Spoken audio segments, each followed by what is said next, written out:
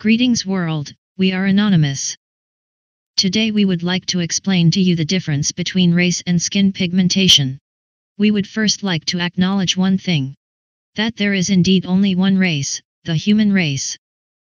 To quote the Roman statesman and philosopher Cicero, 106–43 BC. There is no difference in race. Nor is there anyone of any race who has taken nature as his guide that cannot reach virtue. An individual's skin pigmentation is the result of genetics, being the product of both of the individual's biological parents' genetic makeup. But of course we already knew this. Now comes the part that people seem to be overlooking. In evolution, skin pigmentation in human beings evolved by a process of natural selection primarily to regulate the amount of ultraviolet radiation penetrating the skin, controlling its biochemical effects.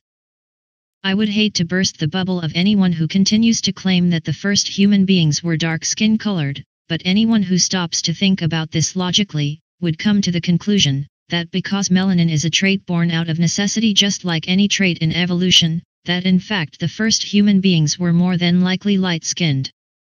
People also seem to overlook the fact that skin color is not passed on through a basis of which genes are dominant. Skin traits are not dominant nor recessive, but in fact result in a combination of the skin colors of the host parents. Now let us get to race.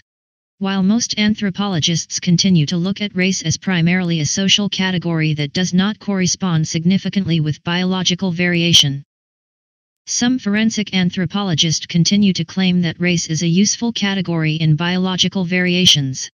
There is no true agreement on the strict definition of race, and many definitions and variations of the definition exist today. Race as a term has continued to expand its definition since the term was first coined.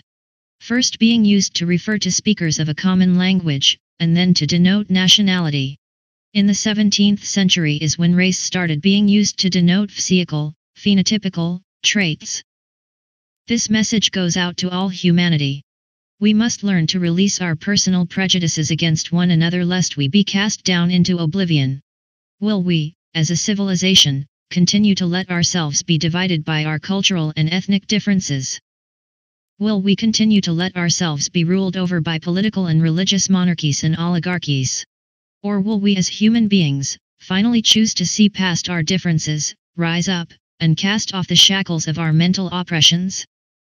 Will we finally decide that the future of our children is more important than the greed we feel each day to selfishly squander it all for ourselves? Or will we continue to suck our children's future dry as we continue to become fat and happy slaves with no ideas on how to fix the problems the next generation will have to take on due to ours and the ones before us? To America and the rest of the world. We are anonymous, we do not forgive, we do not forget, it is too late to expect us.